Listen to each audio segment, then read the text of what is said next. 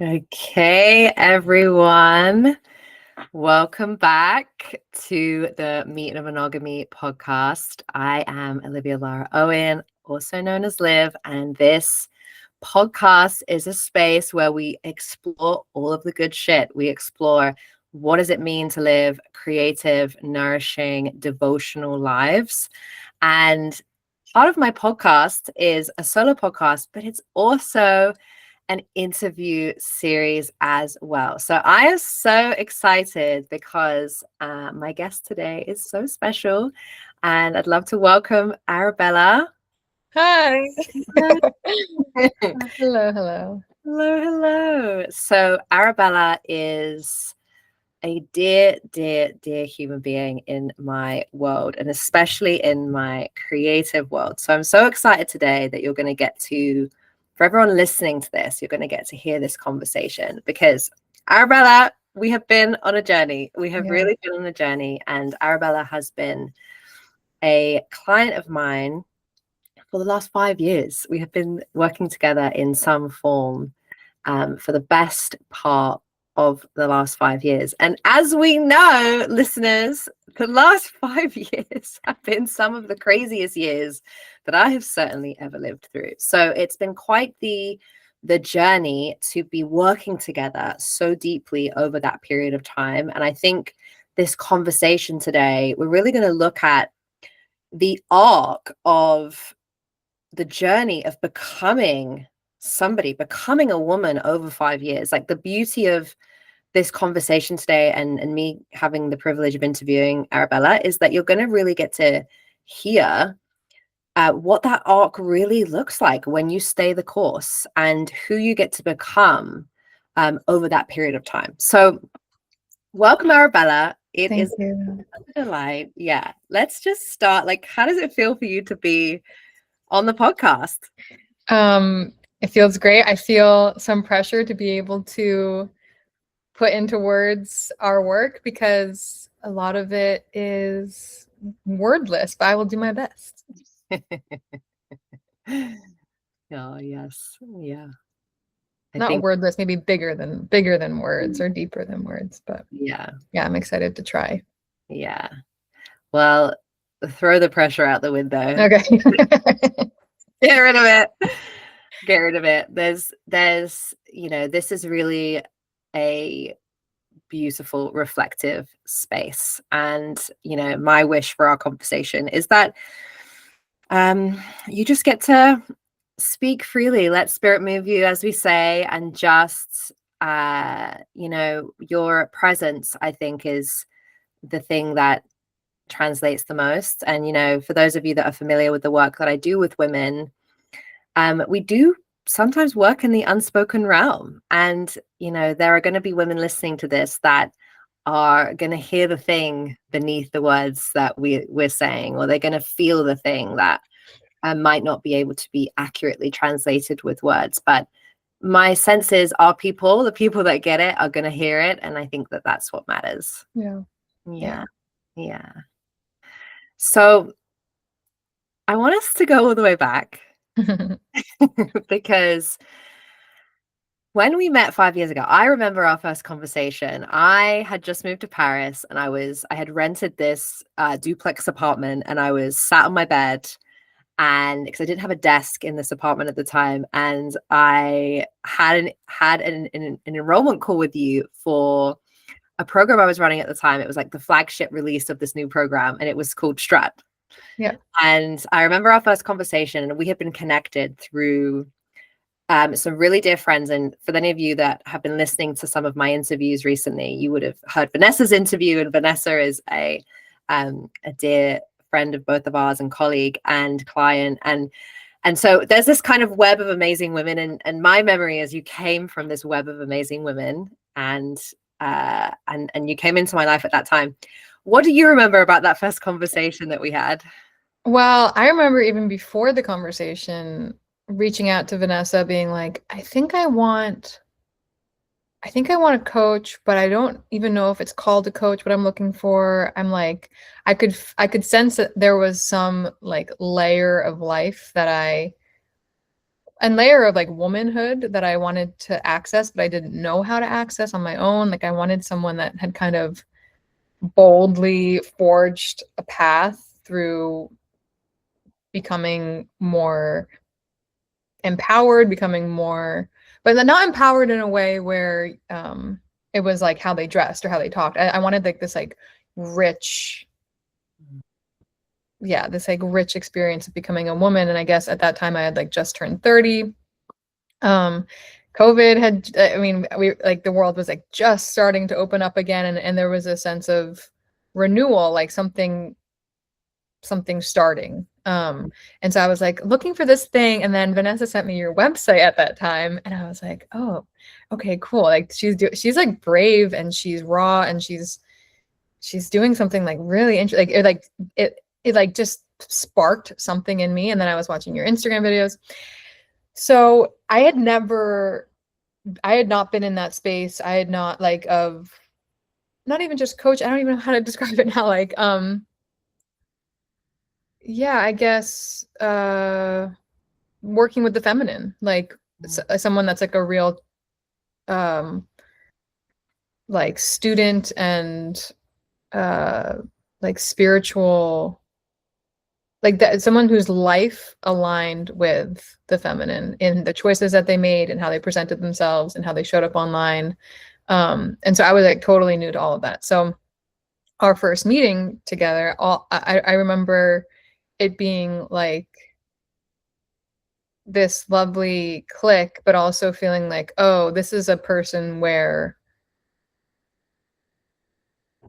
she wants me to show up with like a level of authenticity and reality and courage that a lot of people don't like operate at.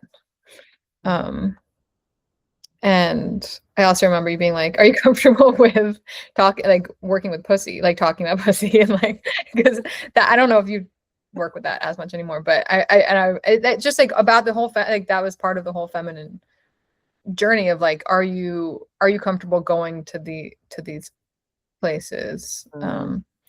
Yeah. So I thought it was all very new for me and very exciting. Yeah. Can you remember yourself at that time, like going back to the identity that you had at that time? Like, can you remember kind of the way you were operating when you first came in? Yeah. Okay. So when I first came in, I had maybe a year prior, been through a breakup. And I had navigated this breakup very much on my own, in the sense of like, I was like, I feel like there's something in my life that I want, but no one around me is telling me that that's a reasonable thing to want. Like, not even just like a way of life that I want, that no one around me is telling me is reasonable, and no one around me is living. So I was like kind of grasping in the dark around this way that I wanted to live, but I couldn't define it and I couldn't find it. And so at that time I was like and I will get into this more, probably talking about like our first year of working together, but I was unknowingly operating with this I was unknowingly operating like with all of these shoulds. Like my whole life was just shoulds. I should do this. I should eat this. I should date this person. I should want this. I wake in the morning. I should be doing these things in the afternoon. And I was in constant like war with myself.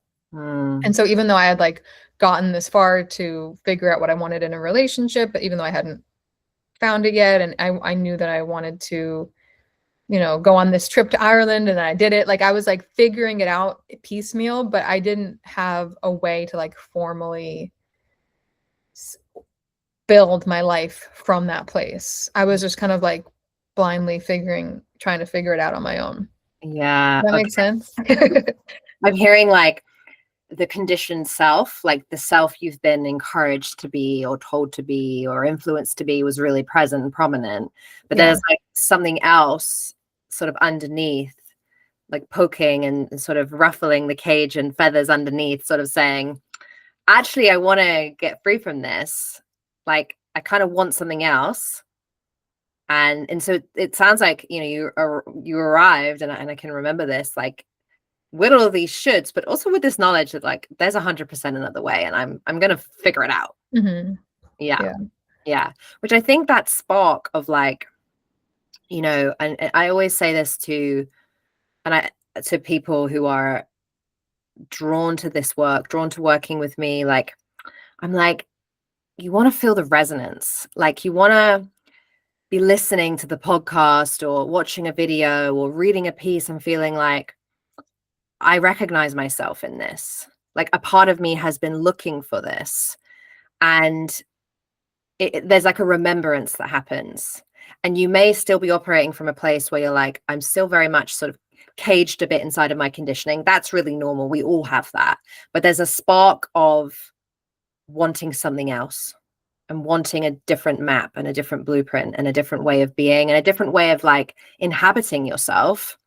And so when you see it exhibited or embodied in somebody else or in a body of work or something, then you can recognize it. And that's what I hear in what you're saying, like the recognition that came from the thing you were already waking up to, remembering, looking for in your life. Yeah. Yeah. Yeah. And like someone that had language for these things that I was just kind of winging in my life. Like desire, I'm sure we'll touch on that more too. Like the way that you worked with desire and honoring desire was something that I had never approached in my life. Say more about that. So, like, you're coming in and you're hearing about this thing called desire, and for those of you listening, desire was, and still is in many ways, but was very central to the first 5 years of my work. It was really foundational, really waking up to the concept of wanting, and the concept of being moved by an energy very different from I should. Like, it's so much more about somebody inhabiting their true self and being connected to what does the true self, like, really want and really feel genuinely moved towards in this life, versus this person who's come in and we're just operating from, like, what we've been told to want.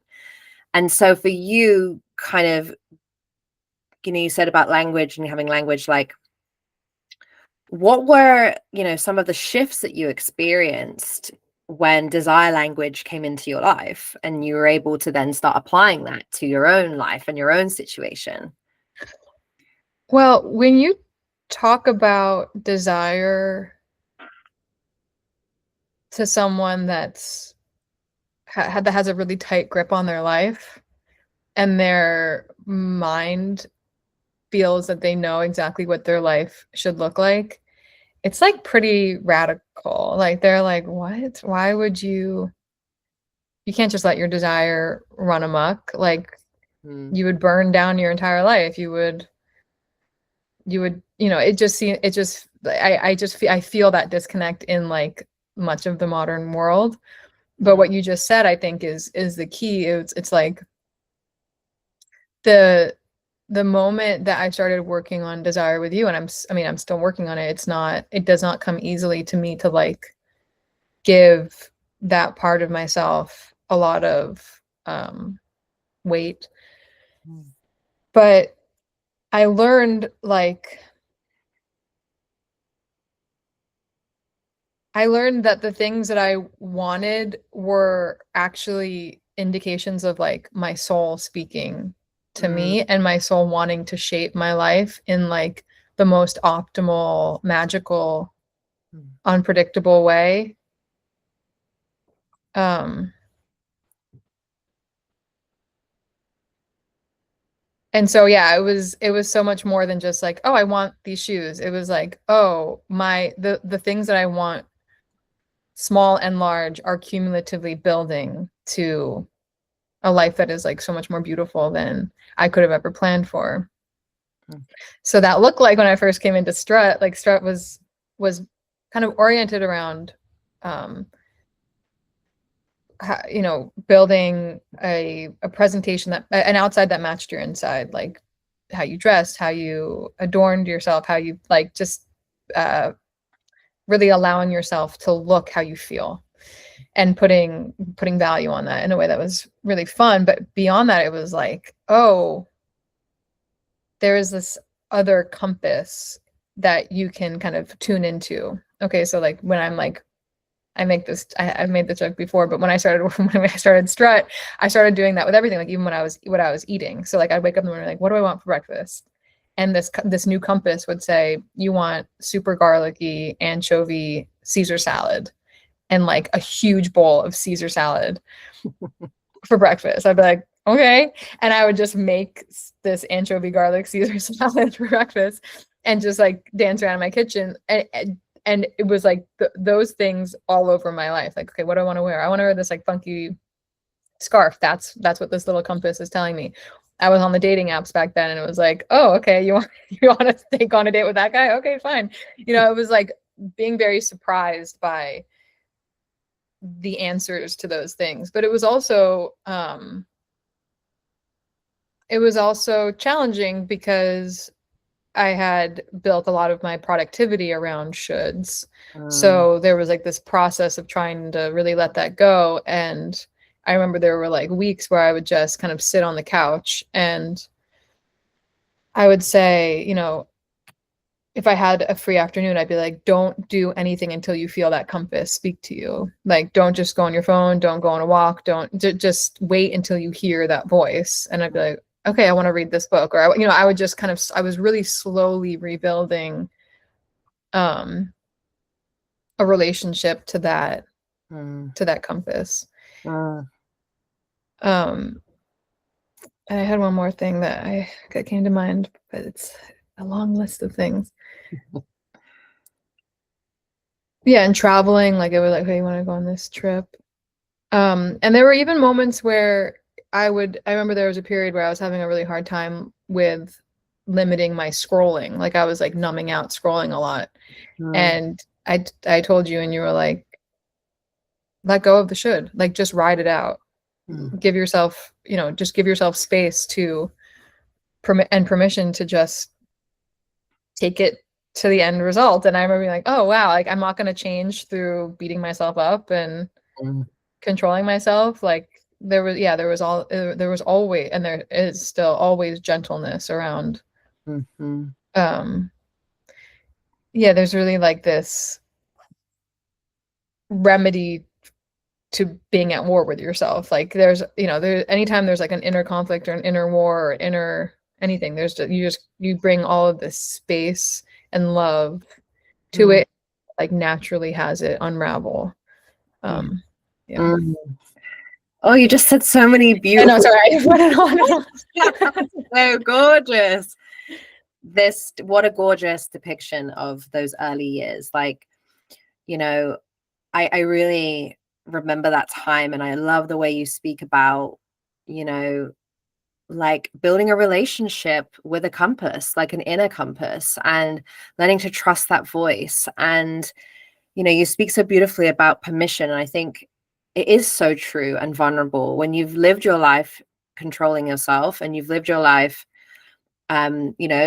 places inside of you that might feel at war or in conflict with one another, and you've lived your life more externally referenced or driven by external measures, let's say, and then suddenly you have all this permission to be more internally led, right? It isn't an overnight transformation. It is a relationship. And I always say to my women, you're building this for the rest of your life. I'm many years into this relationship with my own inner world, my own desire, and it's constant. I'm constantly being taught something, guided to understand myself better by having a relationship with something inside of me.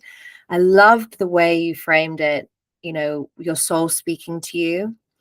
And, like the reality of that is an adjustment. That is an adjustment to go from, the way you were and the identity. And then things start shifting and you start trusting and trying something else on. And then, over time, you're like, okay, this is I'm trusting this. This is resonating with me.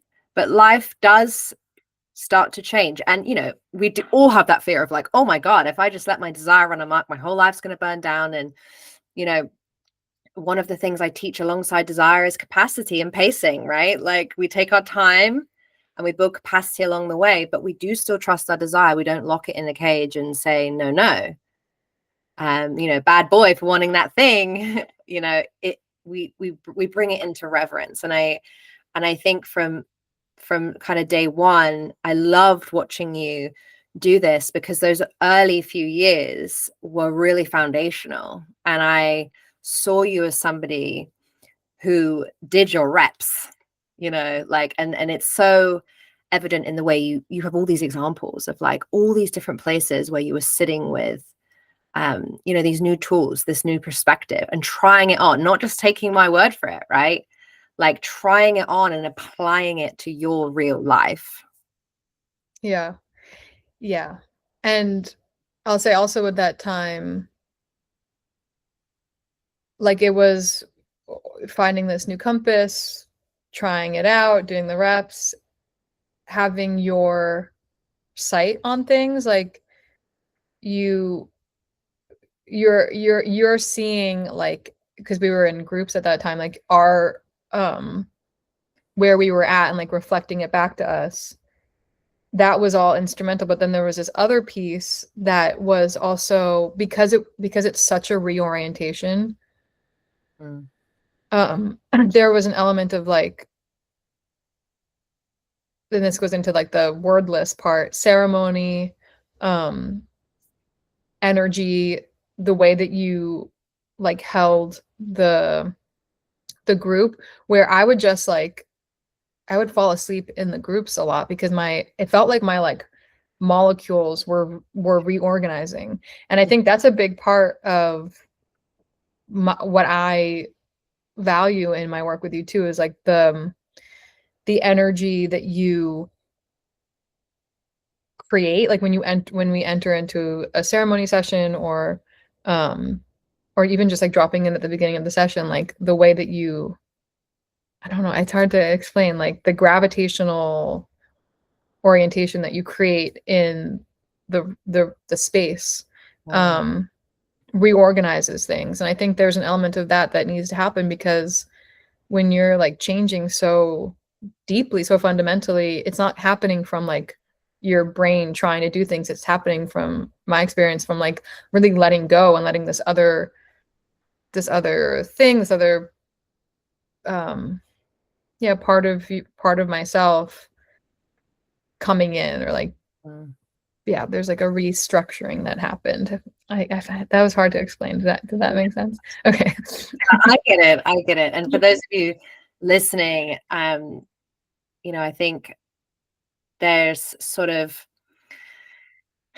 the thing I hear, what I hear you saying is like that you're moving from a place where like the kind of mindset and the mind has been very dominant, and you're moving into a space where you're actually allowing things to change on a more energetic level, like on a more body level, like things that don't just, the mind can move very fast, like, yep, new belief, new thought, let's go. Whereas, what I'm hearing you say is like over time, and in, being a part of a space that's infused with a lot of love and a lot of permission. And we did a lot of embodiment work in those days as well. So we were doing a lot of ceremony, going into a lot of, very sober but altered states of connecting with different parts of us. Naturally, you're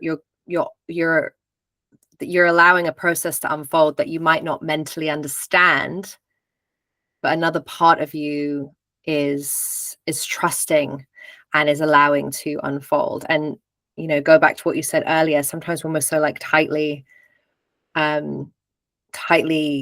held together, we can be very afraid of letting go and allowing transformation that's not in the mind to take place.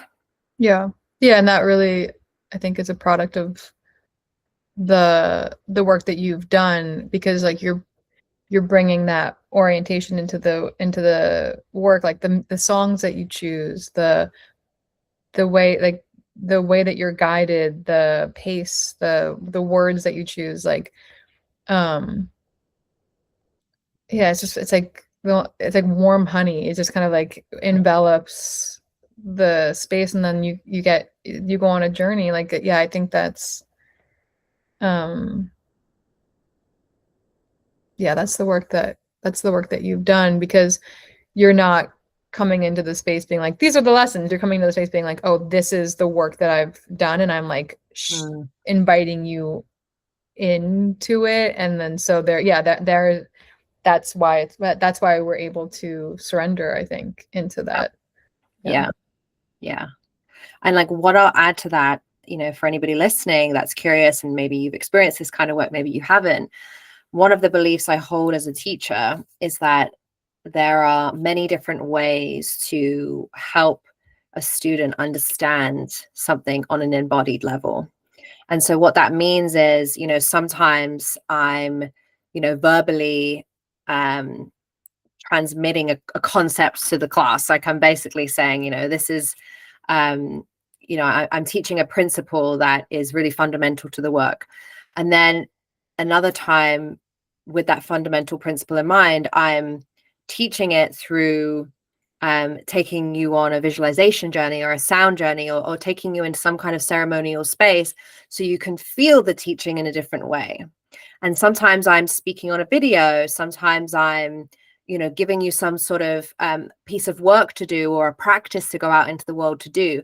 And so I'm a big believer in, we're all really different and we all need different things. And the way that I like my containers to be very robust, in that the teaching is really transmitted and infused in sort of hundreds of different ways, almost, with the different tools and modalities that I use.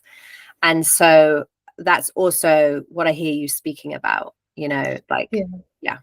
Because when you're in that more energetic place, you can really feel how delicious it would be to live there.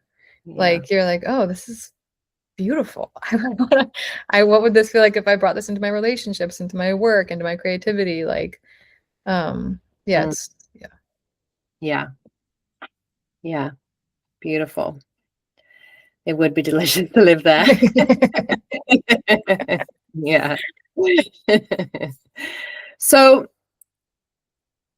let's keep the train moving from, these first couple of years. What were some of those big early shifts for you? Like, when you think of like life at that time. I mean, so many. Just so much. Yeah, the word, I guess, permission leading to so much beauty. I mean, almost everything that's like new and beautiful in my life in the last 5 years started from me saying in a session or a group with you, like, I think I want this thing. And like spring of 2021, I was like, I think I really want to live in Brooklyn Heights, and I just don't know if I can, if it makes sense, and blah blah blah. And then it was like, okay. You were like, well, maybe you should follow that and just see what happens. And then I went and saw a realtor, and that day, like, found the most beautiful apartment that's ever existed. And it's gonna make me cry because I love it and I think about it every day, and I don't live there anymore. But just like the most poetic, magical, beautiful, dreamy home that I have ever lived in. That was like the cocoon for also so much abundance and beauty, including me being like, I think I kind of want to, I think I have, like, Nick, my friend, being like, I think that you should honor that. Fast forward to, we're married. Nick is now your husband.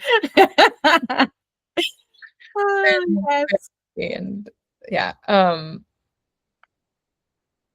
and it's been like so many of those things and very hard decisions. And it's not always easy to follow that. I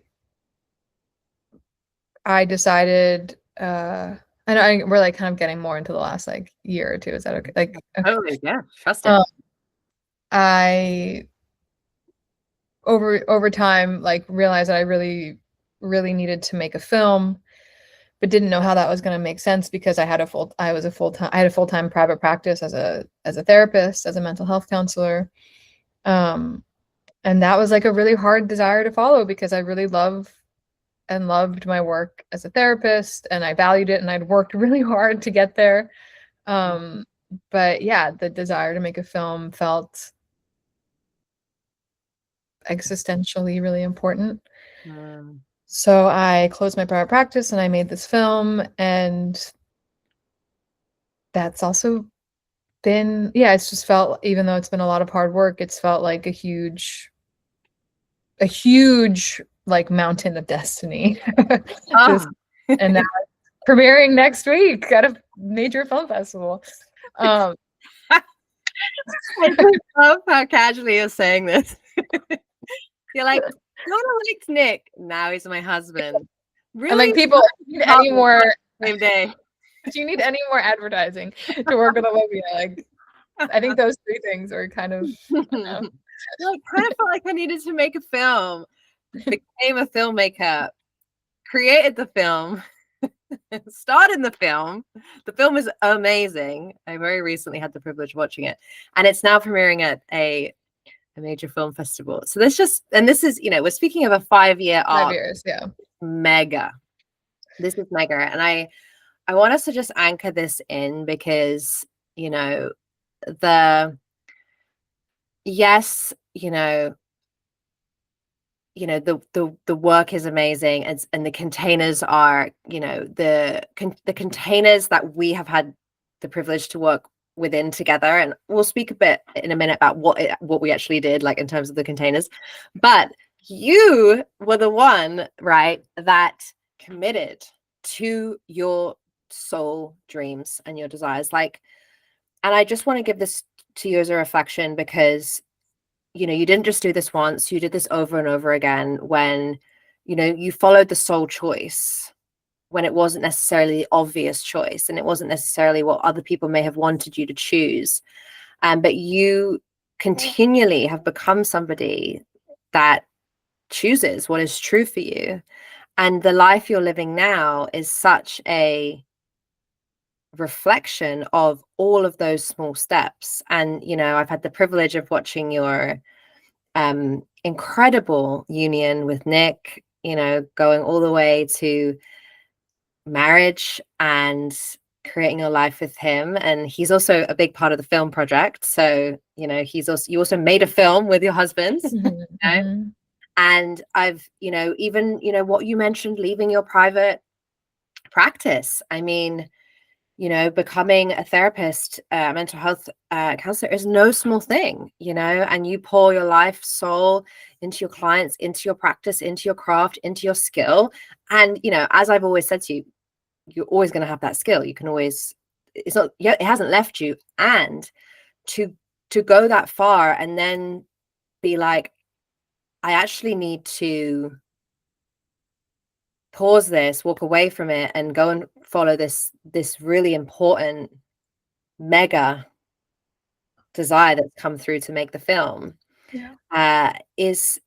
Is takes immense courage. And I speak to people all the time that have those kinds of dreams and are like, how the fuck do I follow them, right? And you are somebody that has followed them. And so I just want to give you the props here of the commitment that you've gone through. And the arc that me and Arabella had was, so we started working together 5 years ago. And I think we worked together. I mean, you pretty much took every single group program that I ever offered, including I did a 2-year deep dive mastermind with a group of other women. And that was a really amazing journey. And inside of that journey, you got to take every single thing that I offered. And so we finished what we finished that nearly 2 years ago. And at that time, you were in the early phases of making the film, I think. Yeah. Yeah. And I was taking a sabbatical. So I had, after many, many years of working, I had decided to, I was going through some big life shifts, and I decided to temporarily close the doors of my online school, which was all of these group programs. And so you were like the final cohort to finish. And at that time, when we stopped working together for that period, because we did end up working together again in the year that followed, but there was a period where we didn't work together. And in that time, you were off making your film. Mm-hmm. I remember you at that time. And I remember, the hunger and the vision and the initiation that you were going through at that time. Like, it felt like you took all of the momentum and all of the maturation that you'd been through. This kind of work we're speaking about, you really mature along the way. You evolve, you grow. And I saw you take all of that and channel it into what life was asking for you at that time. Like, talk us through that year, right, where you were making the film, and like what it asked of you as a leader. Yeah. Oh. It was all so new. I'd never made a feature film before. Yep. And this was the kind of indie filmmaking where we were doing a lot on our own, casting on our own, coming up with the schedule, finding the crew, doing locations, like everything on our own. So, it was really learning by trial and error, and not always getting it right, but yeah, it was kind of like a tumbling, like, okay, we're just gonna take it as it comes. And I grew so much. Like, it was really kind of one of those years, and then really the last, even the last 2 years has been like this weird combination of, this is hard and it burns, and I'm not the same person I was a month ago. Yeah. And this is hard and it burns, and I'm better at this thing than I was a month ago. It's like, yes. So it hasn't been as like luxurious and desire led as the previous couple years, but it's almost like, yeah, a new I mean, I was not a person that, like what you said about commitment, I've never really been, I don't, maybe this isn't true, but I've never really seen myself as a person that follows through on things. Like, I've had so many scripts that I've written before, and so many things that I wanted to do before that I never completed. So this experience was, I guess, what happens when you commit to a desire that's really big. Like, it's gonna ask you to change and grow to become the person that can actually manage that scale of something. Yeah. Which isn't always fun, but it's been very rewarding and very exciting. The payoff. Yeah. I love what you're saying, because, this is real shit. This is real life. And, this is a real tangible project.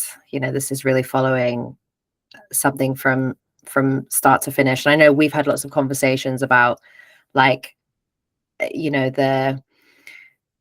when, we called this project, the divinely led filmmaker, like becoming the divinely led filmmaker.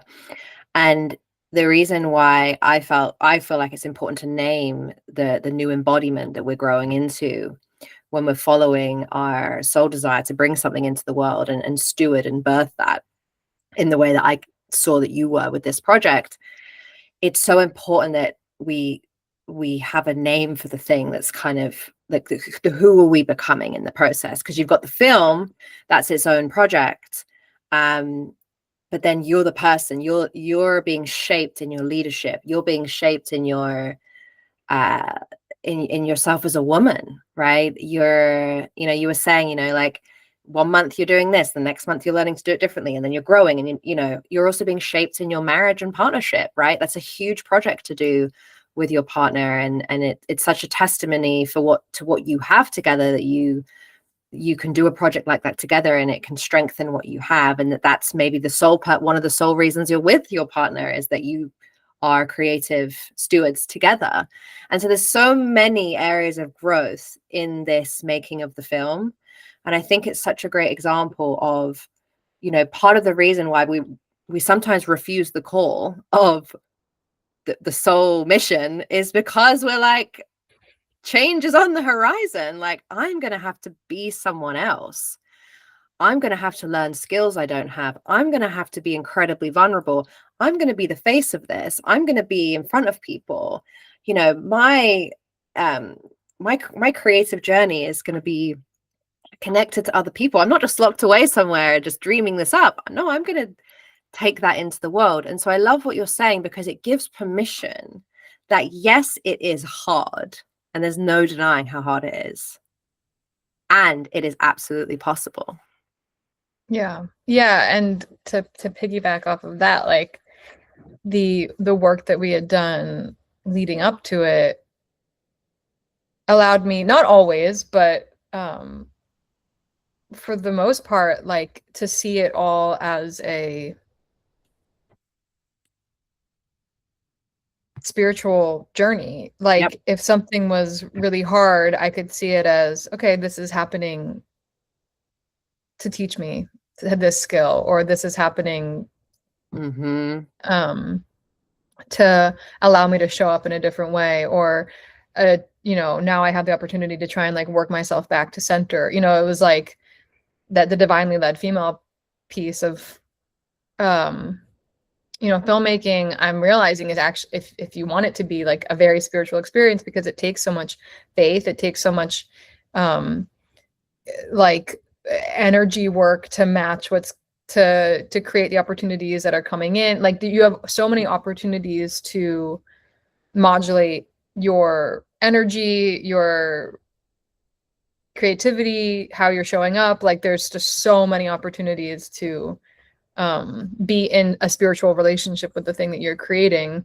Yes. That seeing it that way and navigating that way, I don't know if I could have done that many years ago. I was in the film industry before I was a therapist, and that was what was hardest for me, is that I wasn't able to see it that way. So I felt completely swallowed up by the culture of the film industry, which is not a spiritual culture.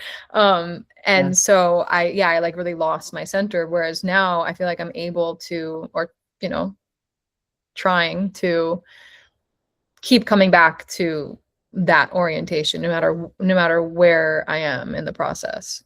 Yes. Yeah. So beautifully put. So beautifully put. I'm curious about the way you've grown in your decision making in that time. So when you think about like all of the different like stages of the journey so far, because you're very much still in your filmmaking journey, what has shifted for you, and how you make decisions over time as you've grown through the process? It's still hard to make decisions sometimes if I'm under pressure, or if it's not immediately clear to me like what the right thing is. But I think maybe I have more self-trust, and I also have trust that like sometimes I need time to make a decision, or sometimes things, yeah, maybe I have this like trust that things are working out as they're meant to, even if they're not working out as I had hoped, or this kind of bigger picture of kind of what you were saying about the true self. Like my true self has an optimal path. Yeah. And it might not be something that I can always see or make sense of. And that might look like a couple of rejections that lead me on, you know, that guide me to the right path, or a couple mistakes that end up teaching me something that I needed to learn. So like seeing, I guess that takes some of the decision making off of me because it's more like, okay, I'm just kind of trying to let my true self life shape Yeah. itself, and it's not all on me. I'm more just kind of stewarding this other thing. Yeah, that makes sense. It's like I hear you being like, what am I responsible for making a decision on? And what am I not? Like, what is actually like my collaboration with something bigger? And then I also hear you like having those skills of sometimes it's about waiting and I'm not clear yet, so I can't make a decision. And even knowing that that's where you are, I think is really amazing growth. Mm. Be like, I'm not making a decision and I'm waiting, but it's because I'm not clear yet, or I'm not quite sure yet what to do, and that's okay too. Yeah. Yeah. Yeah, I think I have some more confidence too. Mm. Yeah. Yeah. Yeah. I really hear this like your authority, inner authority really growing. Yeah, it's grown. It has more growing to do, but it has grown. Yeah. Um, yeah, I'm not really a person that's able to be like, I'm a bad bitch, and then I believe it. Like I really have to earn. I feel like I really have to earn my confidence in my life, Mm-hmm. which is fine. I'm okay with that. But it takes a little time.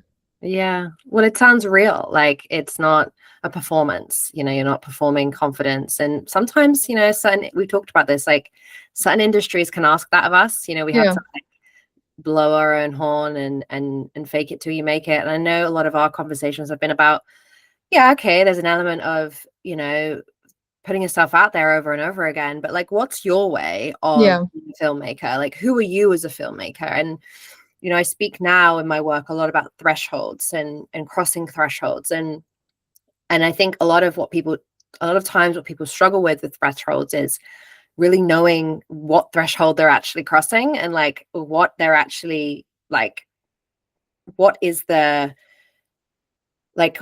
orientation to the place they're in. And so what that means is like um you know can we be honest with ourselves about where we're growing and that we're building our capacity for this thing? It doesn't make us incompetent and incapable at the job, but we're honest with ourselves. And I do think this work encourages a lot of self-honesty without self-attack, like self-honesty with humility, but also with the infusion of I'm backing my desire, I'm backing my dreams, I'm backing my soul call of where I'm being led right now. And as a human being, as a leader, as a filmmaker, I'm growing in my skills. Like that's really honest. And I think that's also really relatable. And so I love that you found your own way with this, because I think it makes it, there's the power in the small steps. Even though, I say, raindrops make oceans. It's actually my theme of this year, like raindrops make oceans. And one of my recent coaches offers this in her work. And I find it so helpful because actually, if we look at your arc over the last 5 years, all of these little raindrops, look at the oceans that they have created. It doesn't happen overnight. Mm-hmm. Yeah. Yeah. Yeah, and letting myself be a beginner. I think that was also really helpful in my work with you, just being like, oh yeah, I'm just building this skill. Like I'm not supposed to be an expert at this yet. Yes. Yeah, exactly. So in recent years, so we had this break. We had a break where both of us had a break. I wasn't offering my work at the time. I was taking a sabbatical or a sacred pause, and you were deep in the throes of filmmaking. And around a year ago, we came back together. And at this point, I had opened my one-to-one practice. So I had decided, like, I'm making my comeback. I'm coming back, and I'm going to be offering, exclusively one-to-one containers. So, and I had done that in the past before my online school really took off. I had been a one-to-one coach for years, and I had phased it out when I no longer had capacity to carry on. And so it was so amazing for me to come back into the sort of original thread of my craft. And it was so amazing that it coincided with, once again, our coming together. So when we came back together a year ago, can you remember like what was going on for you in your life at that time? Yeah, I just finished. We had done a pickup shoot in February, and I think I had like just finished that, right? Yeah, like the filming. Yeah, filming. Yeah. So like a big lift had been a big hurdle, had been whatever. Yeah. I just finished a big lift of filming the film, Mm, finishing filming. yeah. And I was looking at my future being like, okay, like what am I working towards now? Because I've been focused on this goal of filming for so long that, and now it was over. I was like, am I going to go back to being a therapist? Are we going to move? Am I going to try and get this filmmaking thing to work? Like, I just felt a little, unsure of my future, but in a way that was also kind of exciting because I was like, oh, I can actually, I feel like it's not that common in life where you have a lot of space or like a lot of areas of your life that are asking for creation, Yeah. because then you don't, you can create something that feels really right. So I wanted to build this next chapter with a lot of intention. Mm, And so that's why I think I reached out to you, and that was my that was what I that was where I was. Yeah. yeah. Yeah. Yeah. I love what you're saying about like, you kind of had this like whole journey ahead that was sort of unknown. Hmm. There was a lot of my memory, like a lot of desire and intention that you wanted to infuse into that. And I can remember the desire to really have that contained and be held and guided through that process as you moved into this new phase. Yeah. Yeah. And like create a container where my desire could tell me what Yeah. it wanted, and it was, it's still unfolding for me, but one of like the key pieces of this last year Mm, was, we've done a lot of work and sessions and ceremony around like being in transition, that like yep. I was going from one island to another and like letting my life really kind of sail me there. But there was this one moment of, just like in the years past when I told you, when we had done desire work, we did a desire kind of themed ceremony around this film festival that I really wanted to get into. Um, and where in the ceremony it was like, music and guidance, but really like really guiding me to really feel to the fullness of my true feeling and my body, and like let the feeling really sink into my body, and for me to really admit, which is hard for me to do, how badly I wanted to get into this festival. And it was like very heart opening, because when you really drop into wanting something, a big part of that is letting yourself imagine receiving it. Yeah. And that's yeah, that's not easy. Yes. um and it's very much in the heart and in the body. Mm. um and I'm not saying that you got me into this film festival, but I'm just saying it's a little strange that then I got into that film festival. Well, we backed the shit out of it. It was Yeah. like, I remember that moment. And, there are moments sometimes of, I call this like the getting on your knees moment for something. It's not always the thing that needs to happen, but sometimes if there's something that's like, we're just so clear we want it. And it's so easy to even just slightly downplay that to yourself. It's really important that there's ownership around how badly you want something and how like deeply you're called towards this thing. And I remember that there was all this kind of like judgment of like, oh, I shouldn't want it. It's too outcome focused. And I was like, no, we're gonna kind of get on our knees here and we're gonna open up fully. And it was so the thing that was already there. And there are moments on the journey of claiming and ownership and verbalization and vulnerably sharing that with yourself and somebody else, and the witnessing of you in that moment was very, very powerful. And again, for anybody listening, right, you may have a really big desire that may sound audacious and outrageous to say out loud. And you might think, who am I to want that? It is very important that you voice it. Yeah. Yeah. It Give is us very a chance to live and breathe in the world. Yeah. You may just get it. careful. Careful, because my girl here is off to her dream film festival. Yeah. Is it next week? Yeah. Yeah. That is amazing. It really is. And it is so vulnerable because it's not the same thing as being like, I want this thing and I want it now. It's this very other energy of like,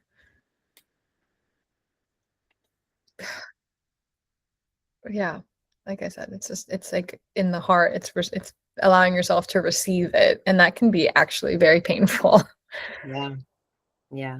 It is getting on your knees. It's a very humbling experience. Yeah, absolutely. And I think that, what you're speaking to is so beautiful because it does ask you to get on your knees, and it also does ask you to stay there, because it is the possibility of it coming your way is much higher when you have backed it and put the energy towards it. So the likelihood of it happening is far higher than if you kept it on the shelf and never ever voiced it. So you get on your knees and then you stay open and you stay there, and you don't know for how long, and there's no guarantee.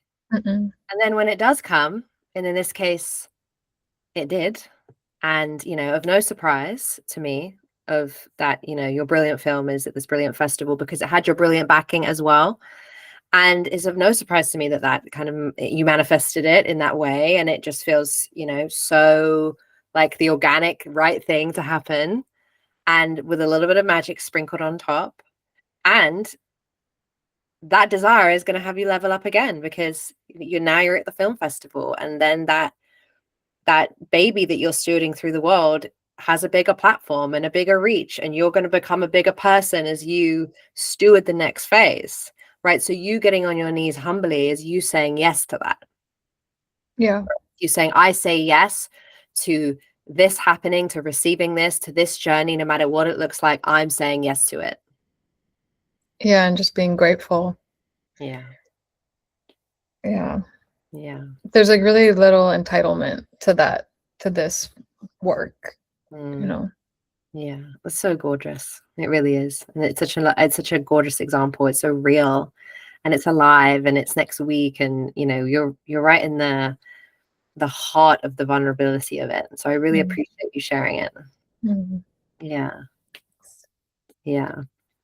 I wanted to just touch on the difference between group work and one-to-one work. So you've had the experience of both, and obviously now one-to-one is my I'm really all in for one-to-one, and it's my full devotion right now is building my one-to-one practice and working with my clients one-to-one, and I'm absolutely loving it. And I loved our journey that we had last year. And there's a completely different magic to one-to-one, and there's a completely different magic to group, but I'm curious for you, like, what's been the difference of the two, and like what are the benefits of being able to have both? Like, you've experienced both. Yeah. Yeah, they're both amazing. And when like you said, the first 4 years of us working together, I never really experienced you one-to-one. It was all group. Yeah. And at the time it was like, oh, I wish I had, you'd go around and talk to people like, I wish I had more time than Olivia, or I'd feel like nervous about taking up too much time in the group. But looking back, actually, there was such a beauty to the group. A big part of the beauty to the group work was the frequency piece that I was talking about, where it was just like this room that was flooded with this energy that I would just kind of bathe in for 3 hours. Yeah. Yeah. And then also working with the other, like watching the other women go through their process, watching you work with them. There's a lot of learning there that's indirect. It's not, you're not talking to me, but it's still like hitting something in me. And I think that can work on like more unconscious levels. And then just connecting with other women that are doing this work was really beautiful too, because they're, a lot of them are still, I mean, I love all of them. They're always going to be my friends. And then a couple of them I still keep in touch with very frequently. So, yeah, there was something energetically very different about the group work. And then the one-on-one work is, still has that energy, but it's just more like we can just go into the details more. We can workshop things. We can, do ceremony, which is so amazing to do one-on-one ceremonies because it's so targeted, it's so specific and yeah, just very generous. And that can be its own challenge to receive that level of like attention and love. Yeah. But both are amazing. Yeah. What do you think is the benefit of, like, a lot of what we spoke about today is this like long-term arc that you've been on and this real journey of becoming, and it's so evident in like the woman you are today and all of the things that have unfolded in your life. But what do you think working together long term offers that perhaps maybe more short-term work or like one-off work wouldn't? Like, what is the kind of benefit of the longer term arc and like the power of long-term mentorship? I think that this work takes time, and like life is very cyclical. Things happen and then there's like periods of like quieter times, and I think it's important to be committed to doing the work, like even like throughout those periods of activity and the periods of quiet, because you don't always know what you need when you need it. Like that you might be like, oh, I don't need that right now, but you might be able to see something that actually we're not able to see. And the work isn't overnight, like I said about the molecules changing and all of this stuff. Like it happens in many layers, and it's cyclical. It's fun, and then it's not fun, and life is complicated. And I think this work applies to any moment of your life that you're in, but it's not a quick fix. It's not like, oh, take this checklist and everything's good.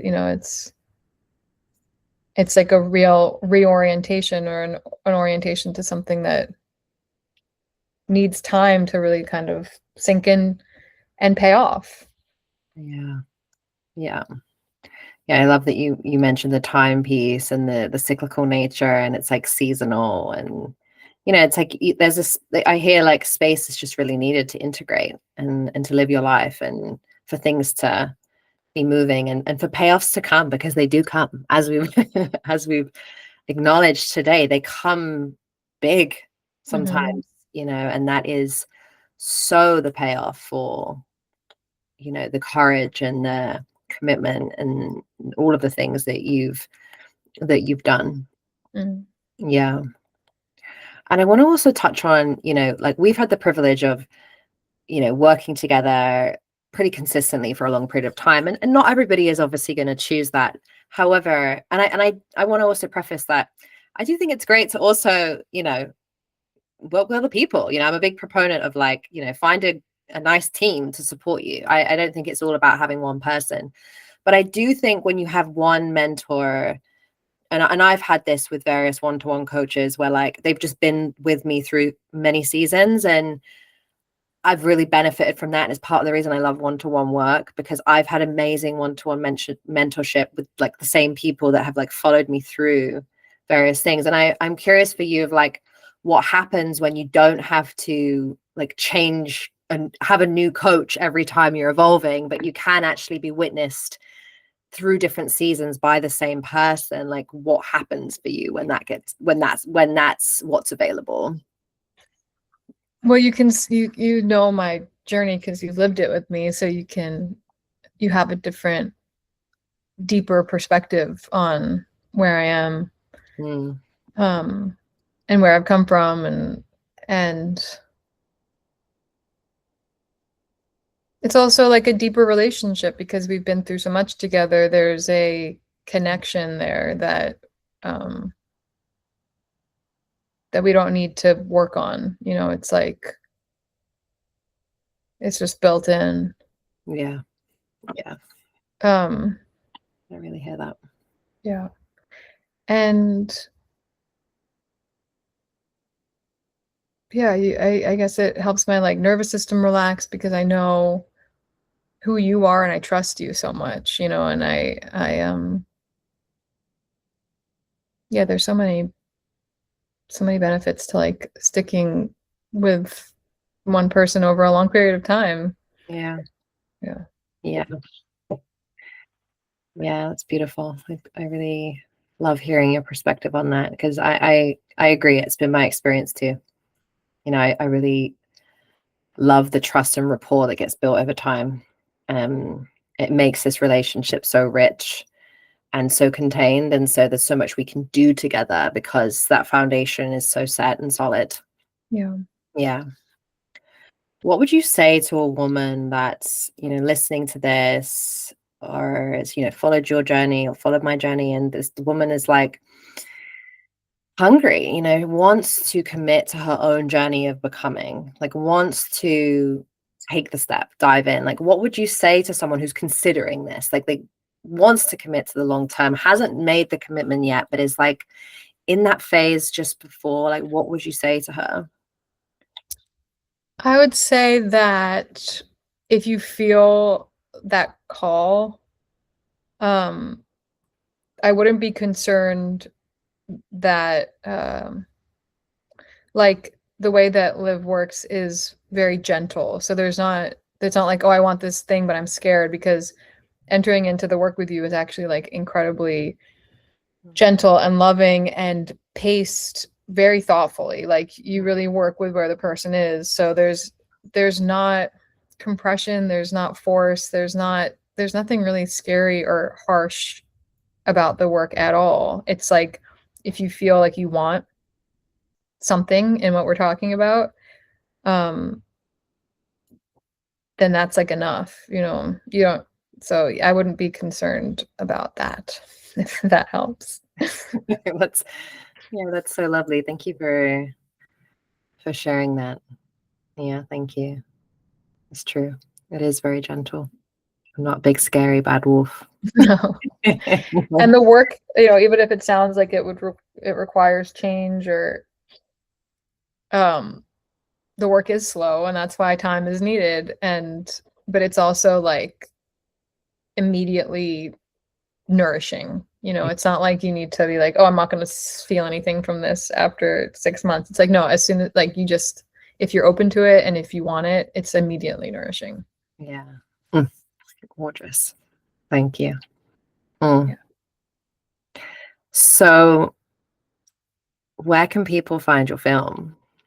Well, I don't know because it hasn't been distributed yet, but it's called Mallory's Ghost, so keep an eye out for it.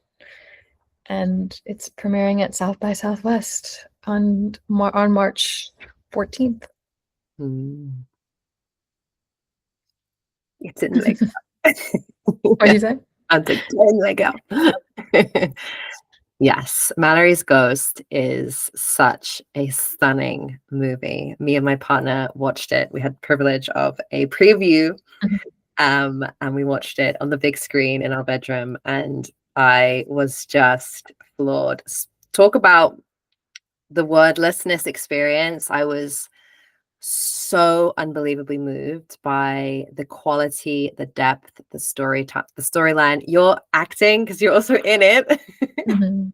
And also, you know, you and your husband, and it was just, there was so many things about it, you know, to have had such a peek behind the hood of the process, the true creative process that you've been in over the last few years, and even the years before it even existed, you were preparing for this, to get to see the what that process created was so tangible and beautiful. I was so moved, and I am really, really excited that this has been nurtured and stewarded all the way to this place where it's now going to be at this amazing festival, the one you wanted and dreamed of. So I'm so proud of you. And for any of our listeners that are film and want to support this project, then keep your eye out, because it's coming into the world. Yeah. Thanks, Liv. Yeah. Thank you so much. Yeah, and thank you for being, you know, so committed. And it's been such a privilege to hold you, know you, be a friend to you through this process. And it really does feel like you're on the cusp of a new beginning. Mm. You know, a whole new season of your life is unfolding, and you deserve all of it. You really do. Like, you have worked for this. Mm. Thank you for being on the journey with me and showing me how to live like this. Yeah, girl. I didn't even know what the film was called until about 2 months ago. We had Mm. spoken about this film for years. The Yeah. film was just the film, and you were the divinely led filmmaker. And then it was only recently that you referenced the name. I was like, oh, the name, you know. And then I got to watch it.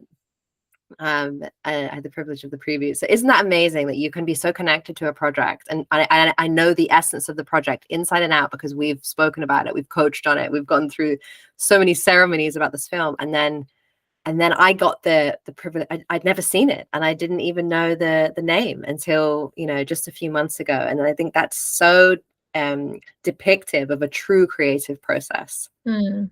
You know, that the process is so important, and you know, the outcome is the cherry on the cake. The process is really where the richness happens. And you know, in life sometimes we get the reward of the cake, and we get the reward of the cherry, and we have the courage to keep stewarding and shepherding something, and that's exactly the spot you're in. And so, you know, my wish for you is you enjoy it. You enjoy it. Mm. Yeah. Yeah.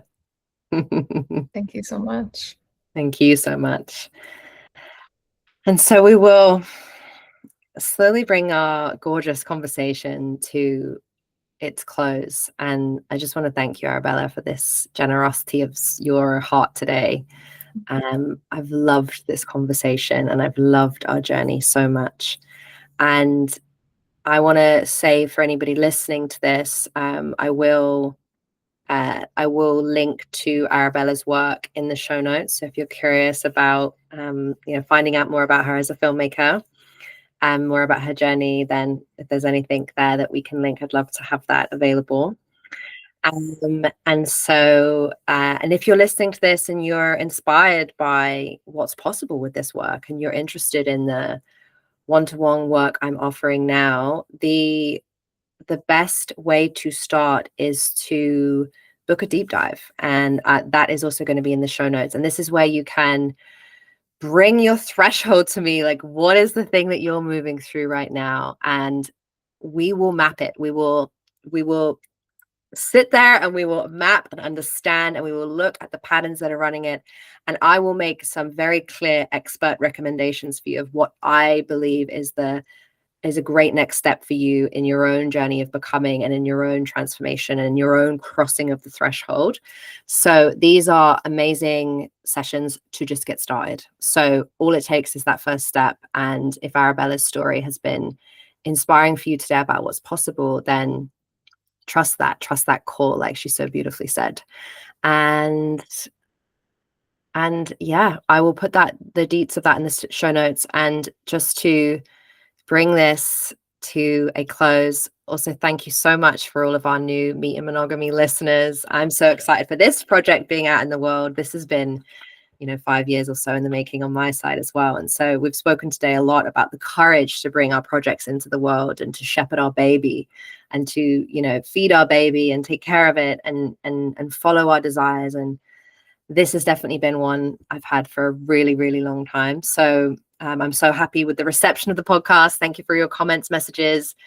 Please subscribe. And if you've been inspired today and you feel like there's a woman in your life, maybe a budding filmmaker, maybe a budding creative that would benefit from this conversation, would benefit from hearing Arabella's story, please share liberally and generously. Okay. Thank you so much, Arabella. And Love you. Love you so much. And just all of the good juju out into the world for Mallory's ghost. Yes. Okay. Okay.